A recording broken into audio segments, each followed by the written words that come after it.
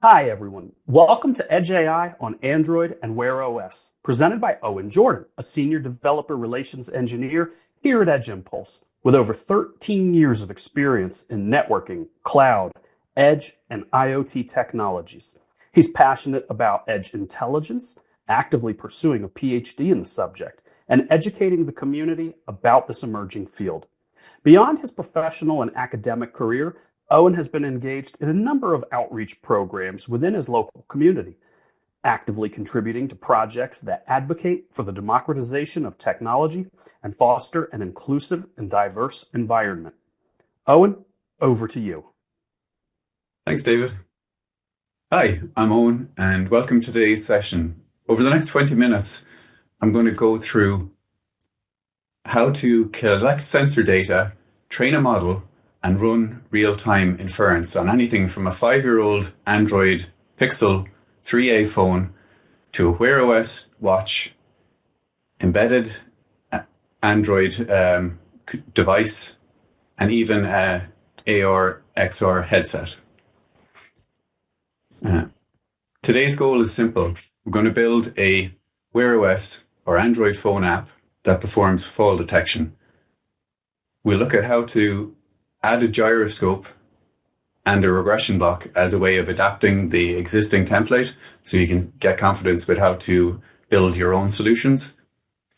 And then we will look at how to deploy it to an emulated device.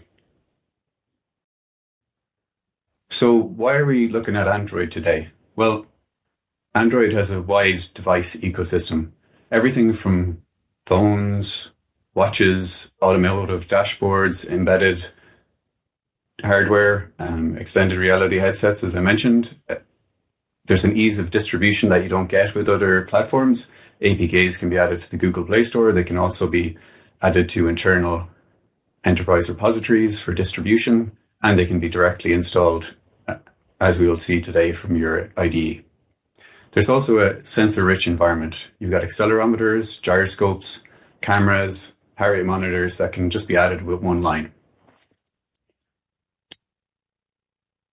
So now let's take a quick look at where you can go to get resources for how to work with Edge Impulse on Android. So we've got a doc on Android that I'll include here that goes through how to build a visual anomaly detection application, and you can download the sample APK here. It describes what you need for your prerequisites. If you don't have Android Studio already, go ahead and try and download that and install it. You'll need the NDK as well. You'll also need our wearOS and Android inferencing repository. And our repository includes 3 examples: the camera inference, the wearOS app that we're going to look at today, and a static buffer example. I'm going to just go ahead and download this right now, and we can move on to the next step. Back to our slides. Okay, that's downloaded. Okay, so today's demo, we're going to look at health wearables. And the example that we're going to build is fall detection. We're going to build a classification application that will look at 2 classes, either normal activities of daily living and fall activities. You can collect some of the accelerometer sensor data with your Android phone or your iOS phone, indeed, as well, using our mobile app browser, via the browser. So there's other types of health wearables that you can build as well, the HR and HRV analysis ones, using novel DSP algorithms that you don't get with other platforms that you can get access to with Edge Impulse. And I'm going to show you how to include those as well, very briefly.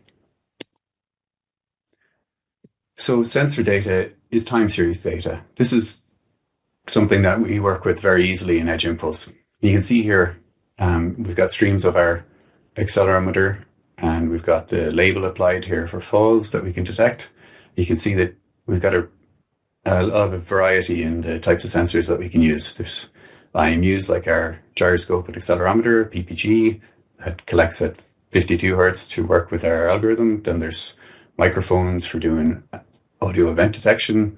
The list is always growing as well. We treat every stream as a time series window. You can process that and pass it on to your learn block.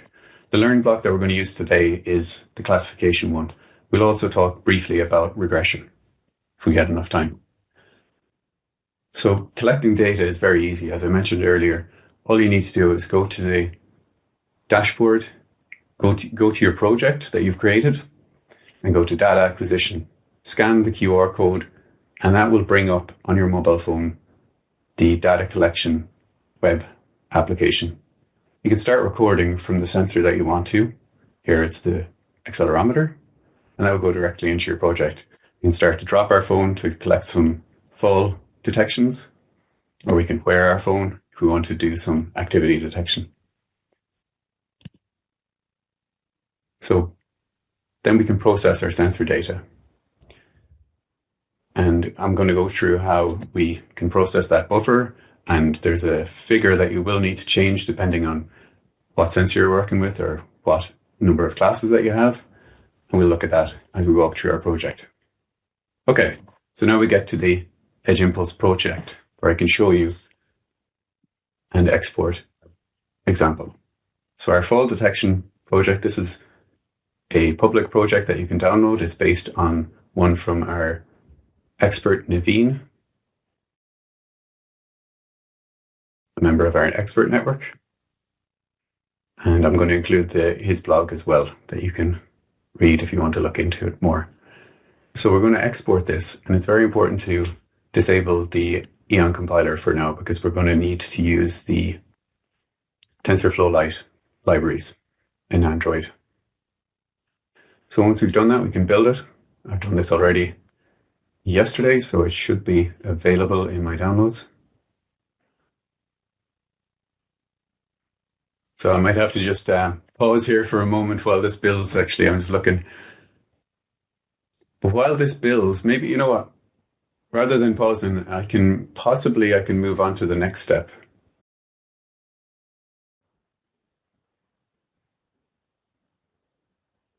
Yeah, actually, it's done already. Here we go. So our library is ready already. So that's great. So I'm going to go into my downloads here. I've got two now. I've got my Android repository, which includes all of our source code that we're going to use today. And then I've got our fall detection C++ library. So if I go into my fall detection C++ library, it's very important that we don't take the CMake list, as Android has a specific setup here that we've configured for the TensorFlow libraries that are specific to Android. So we're just going to grab everything else. And I'm going to go through the CMake list with you in a moment on our Android Studio. So I'm going to go into my wearOS. And this is the same if you wanted to do this for the camera inferencing, you'd go into the same directory. I'm going to go into my wearOS one. We've built two templates here. One is to illustrate how to use wearOS and sensor data, and the other was for an Android phone with a camera. But there's a good crossover between the two. So I'm going to just go into my CPP directory here, and you can see we've already got our CMake lists, so we don't need that. And inside our TF Lite directory as well, there's one other thing that we're going to need to do, and that is run this script. For Windows, it'll be the batch script, and for OS X and Linux-based systems, it's the shell script.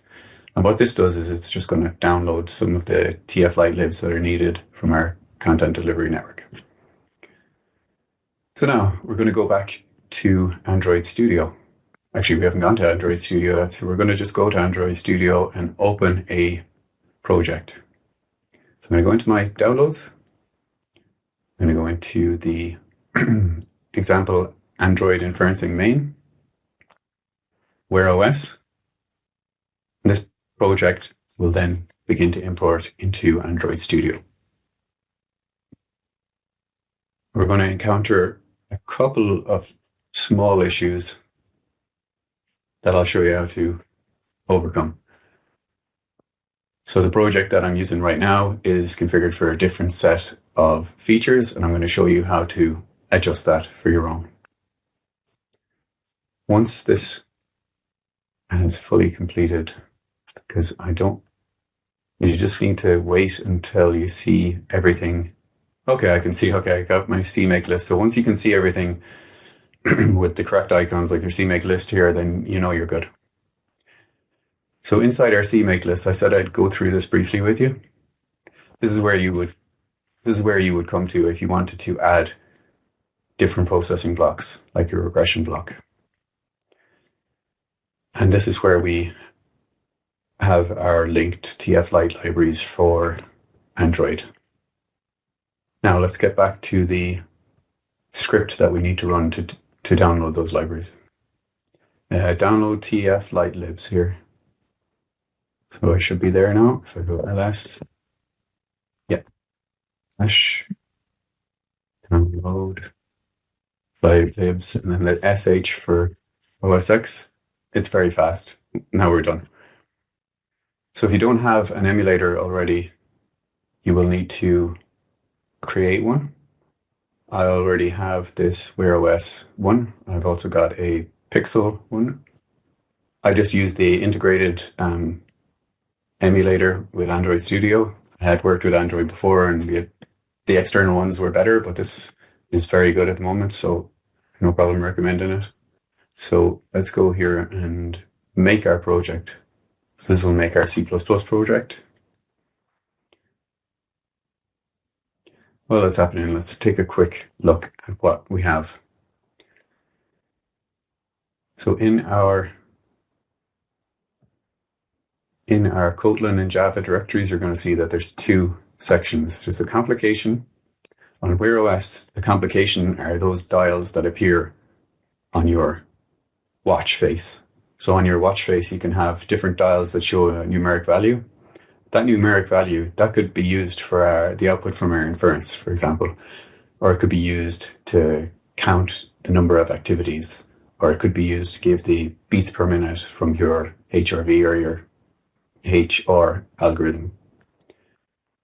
The presentation is where the main activity is, and this is where we need to go if we want to add any different sensors or I mentioned earlier as well the input frame size. So this is going to be an issue with this project that we need to change it to. And I'm going to leave the issue here for now, because when you try to run it, you'll get the error and you'll know how to overcome it for your own project. So let me just try and make this a little bit bigger so you can see it. Okay, so let's do a quick run through of this class. So like I said earlier, the sensor manager, it's very easy to add a new sensor. Right now we're using the accelerometer here. You can see I've included here that you can uncomment if you wanted to use the gyroscope, for example, or a heart rate monitor. So once that sensor has been activated, you're going to be able to create a buffer with the values from that sensor. It's going to collect some data, and then you're going to be able to process it. And that will pass it on to the C++ the C++ library for inference. Then later, so you can run your inference then. Let me just see where we're going now.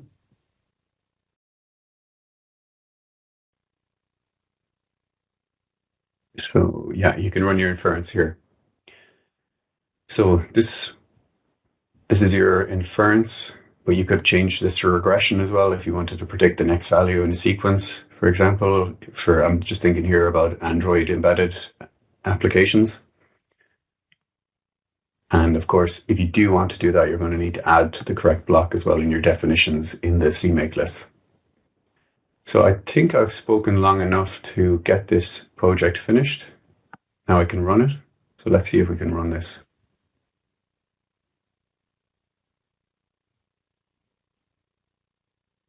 Okay, wait.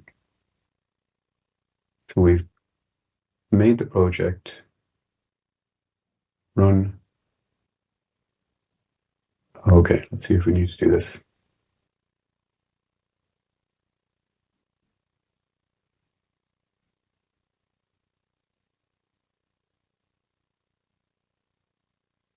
But you can clean the project if you get into it.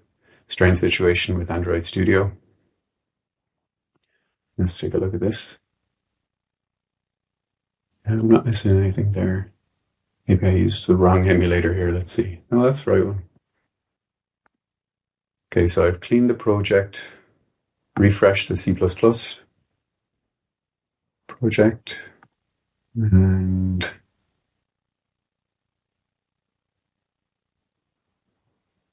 make module possibly. Let's just try that.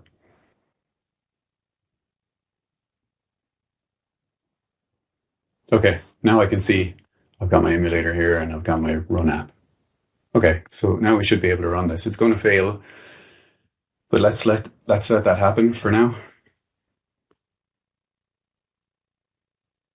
Okay, we can see we've got our emulator, and what we could do here is tilt it so we get some accelerometer changes, and it shouldn't detect that as a fall.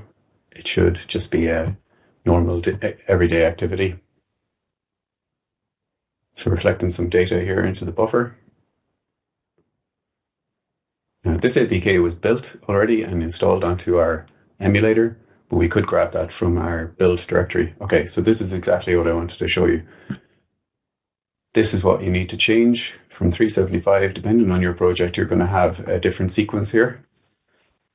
For our activity detection one, it was 375, and you're going to have 600 here for the one today. So I'm going to save that and rerun it, and then you're going to get the result that will show the classification of either falling, not falling. ADL is just the normal daily activity. Okay. So we're collecting some data into the buffer. Then we're going to run the inference. And it'll swap over here into our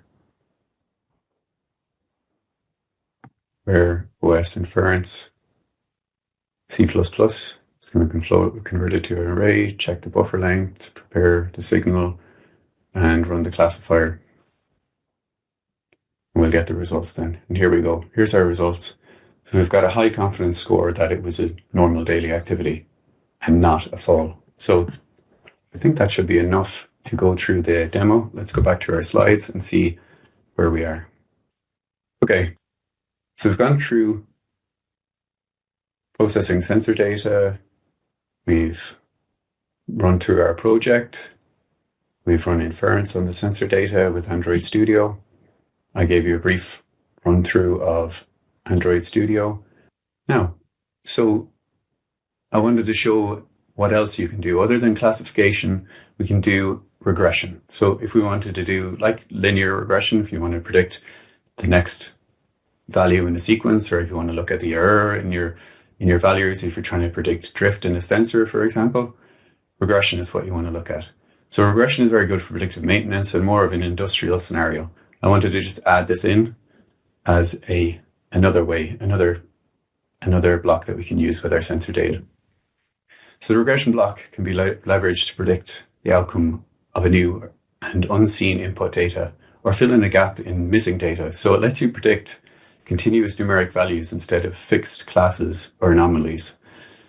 So what that means is our sensor data, when it's passed through the regression model, is going to be able to do a numeric prediction. That sensor data needs to be labeled numerically as well. So the classes that we had today were based on strings, so that won't work in a regression.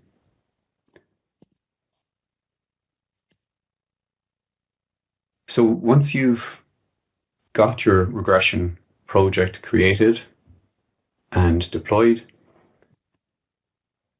you're going to get the C++ library again, but you're going to have to include and this is why I wanted to also show regression, because if you need to make an adaptation to this template that we have shared, you're going to need to go into the CMake list. You're going to need to add the definitions for the blocks that you want to use. You're also going to need to, if you wanted to add different DSP algorithms like HRV, for example, you're going to need to do so here. Then you're going to need to go into your wearOS inference CPP file, and you're going to need to adapt the classifier to a regression block that's going to work with numeric values as well. So I'll include links to the documentation pages and the API guides that you're going to need if you want to work with a regression.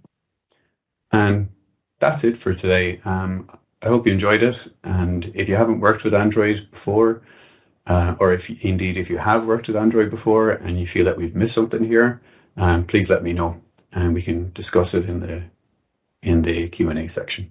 So thank you.